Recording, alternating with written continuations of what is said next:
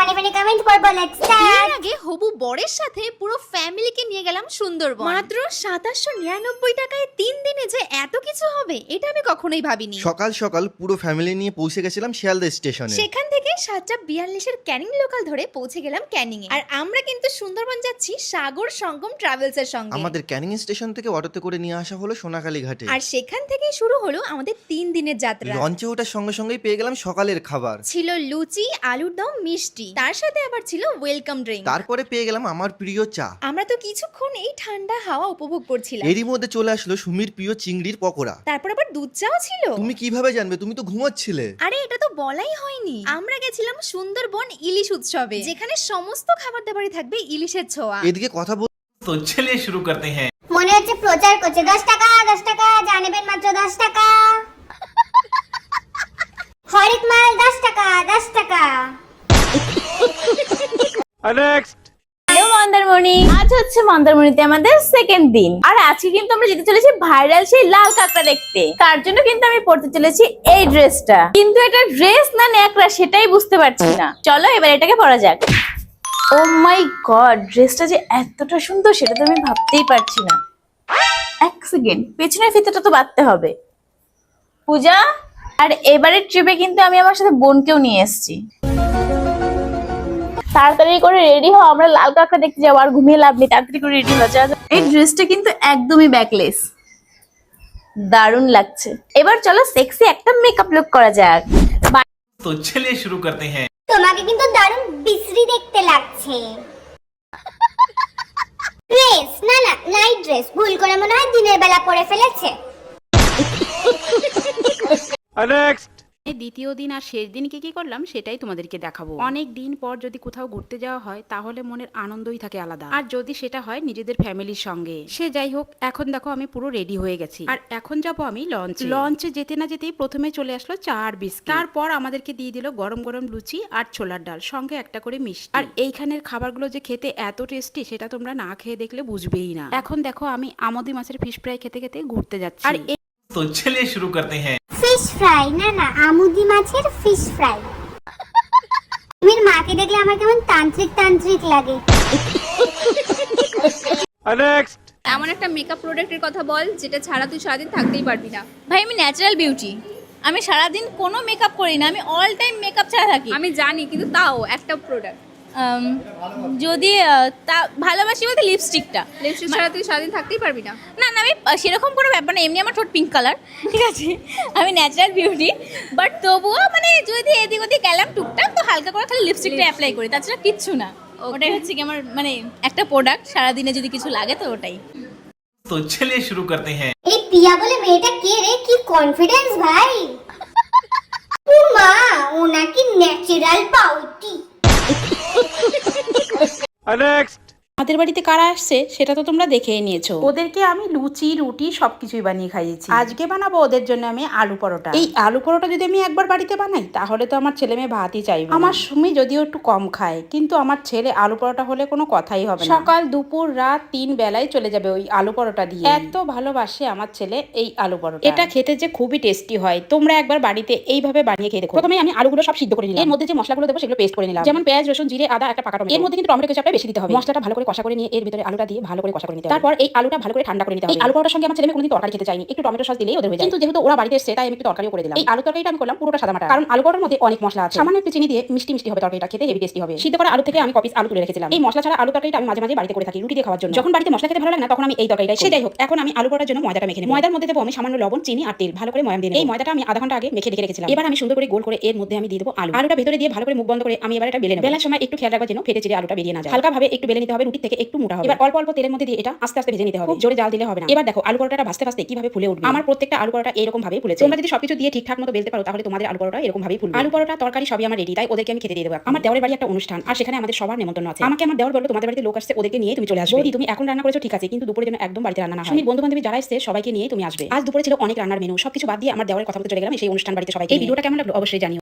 तो चलिए शुरू करते हैं। আলু পরোটা না ভাই, এটাকে বলা উচিত হলুদের পরোটা। পেঁয়াজ না না পেঁয়াজ। नेक्स्ट। টাকারে আমি ছেলেকে বাজারে পাঠিয়েছিলাম, আর আমি বলে দিয়েছিলাম বাজারে যে খাবারটা খাবি সেই খাবারটাই তুই নিয়ে আসি। এদিকে সুমি আর হৃদয় করছিল ভিডিও করতে করতে সুমি ভাইকে ফোন করে, ভাই বাজারে গিয়ে কিছু খাবার নিয়ে আয়। আর ভাই সুমিকে বললো আমি বাজারেই আছি, তুই কি খাবার খাবি বল। সুমি যে খাবারের নামটা বললো সেই খাবারই ওর ভাই নিয়ে আসলো। সঙ্গে এটাও বললো যে হৃদয় আমাদের বাড়িতে আছে, একটু খাবার বেশি করেই আনি। ছেলে আমার দোকানে গিয়ে খাবার পছন্দই করতে পারে না, ওকে বাজার থেকে যে খাবারটা এনে দেবো সেটাই ও খেয়ে নেয়। আজকে বাজার থেকে ওর পছন্দ মতোই খাবার নিয়ে আসলো। সন্ধ্যা হলেই মনে হয় কি কিছু খাবার হলে ভালোই হতো। तो चलिए शुरू करते हैं। আবার দেখে তো হৃদয়ের মনে লাড্ডু ফুটছে, কতদিন ভালো মন্দ খাইনি। সুমির মা, না না বিন্দু মাসি, প্লিজ তুমি এই টিপটা বদলাও গো। नेक्स्ट। ঘুম থেকে উঠে সারাদিন কি করব সেটাই তোমাদেরকে দেখাবো। সারা দিন বাড়িতে কি কি কাজ করতে করতে দিন কেটে যায় আমি নিজেও বুঝতে পারি। এমন এমন দিন আসে যে সারা দিন কেটে যায়, কাজ আর শেষ হয় না। যদি কোনোদিন সকালবেলা ঘুম থেকে আরো উঠতে দেরি হয়ে যায় তাহলে তো কাজ অনেক বেড়ে যায়। এরপর আবার ছেলে মেয়ে আমাকে ব্যায়ামের জিনিস সব সেট করে দিয়েছে, আর ছেলে মেয়ের আমার কড়া হুকুম সকালবেলা 1 থেকে 1.5 ঘন্টা ব্যায়ামই করতে হবে, তারপর তুমি যে কোনো কাজ করবে কিছুই বলবে না। তাহলে আমাকে এখন আরো কত ভোরে উঠতে হয়। প্রথমে ঘুম থেকে উঠে আমার ঠাকুরকে প্রণাম করা, কারণ সারাটা দিন যেন আমার খুব ভালো যায়। তারপর আমি মেয়ের ঘরে ঢুকে দেখলাম সবকিছু এলোমেলো। तो चलिए शुरू करते हैं। সকালে उठे কাকিমা ব্রাশ না করেই ভিডিও বানিয়ে নিয়েছে। কাকিমার ঘুম থেকে ওঠার নাটকটা কিন্তু সেরা ছিল।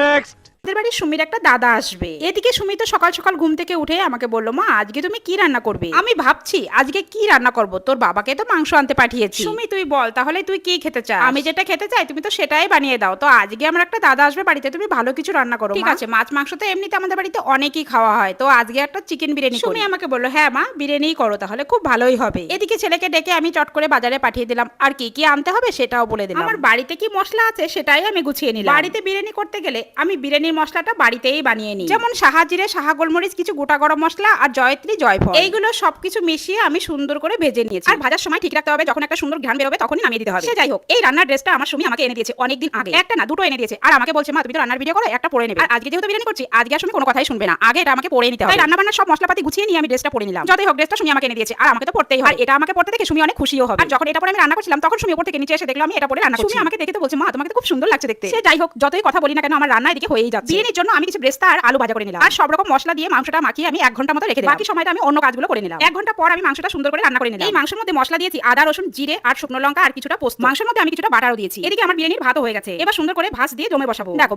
तो चलिए शुरू करते हैं। বেরেস্তা না না ব্রেস্তা। রান্নার ভিডিও মোটেই না, এটা সুমির রচনা। नेक्स्ट। মায়াপুরে এসে উল্টো রাতে কাঁদছিস কেন? আরে পাগল, শাড়ি এনেছিলাম গোপীদের স্টাইলে পরবো, মায়াপুরে রথ টানবো এই শাড়িটা পরে, কিন্তু এখন অনেক বড় বিপদ হয়ে গেছে। বিপদ? হ্যাঁ, আরে কত 1 ঘন্টা ধরে এই শাড়িটা পরলাম, কত সুন্দর করে। ও দেখো সেম পরেছে, আর এই শাড়িটা প্রিয়াঙ্কা ওকে কালকে ইউজ করেছে, ওই শাড়িটা পরেছে। কিন্তু সমস্যাটা হচ্ছে যে আমরা এই শাড়িটা পরবো না, এখন খুলে ফেলবো, দুজনেই খুলে ফেলবো। উঠে দাঁড়ায় দেখা, কেন খুলে ফেলবো না? দেখো কত সুন্দর ভাবে আমরা দুজনে শাড়ি পরেছিলাম, এবার আমাদের খুলে ফেলতে হবে। আর এতটাই মনটা খারাপ হয়ে গেছে। আমি তো ভাবছি যে আমি এত সুন্দর সেজেছি, সেজে কিছু সাথে দেখা করতে যাবো, কিন্তু আমার হলো না গোপীর সাথে দেখা করতে যাওয়া। আমরা কেন তোরা খুলছিস কেন হঠাৎ? তোর কাছে মাইক আছে? হ্যাঁ। আসলে ব্যাপার হচ্ছে রথ টানার সময় এই শাড়ি পরে আমরা টানতে পারবো না, কারণ প্রচুর আমরা পুরোপুরি চেষ্টা করছি যাতে একবার হলো রথ ধরতে পারি না, তার কাজ করে যেতে পারি। কারণ বেসিক্যালি আমরা ওই জন্যই এসেছি, এবার দড়ি যদি হতে না পারি ওই আফসোস হতে, কার বড় আফসোস থাকবে না। তাতে আমরা तो चलिए शुरू करते हैं। ঢং দেখে বাঁচা যায় না, আবার বলে মাইক আছে তো। এদের নাটকের শেষ নেই। नेक्स्ट। तो गाइस आज हम जाने वाले हैं घूमने। কি হিন্দি? अरे हाँ यार, आज मैं पूरी व्लॉग में हिंदी में ही बात करूंगी। क्या टूटी फूटी हिंदी बोल रही है यार? अबे नहीं बोलूंगी तो कैसे सीखूंगी? वो सब छोड़ो गाइस, तुम्हें पता है हमारा ट्रेन हमको छोड़ के चला गया क्योंकि हम लेट हो गए हैं, और इस दुख में मेरे भाई और मेरे बॉयफ्रेंड ने कुछ खाना खरीदा है और मैं फ्री में खाना खा रही हूँ। नीलज की तरह ठुसी ही जा रही और रिव्यू भी दे रही और है। गाइस तो चलिए शुरू करते हैं। চুপ কর ভাই, যা জানতাম সেটাও আমি ভুলে যাচ্ছি। হিন্দির পুরো মেরে দিয়েছে। মজা লাগলে লাইক, কমেন্ট, শেয়ার, সাবস্ক্রাইব করো।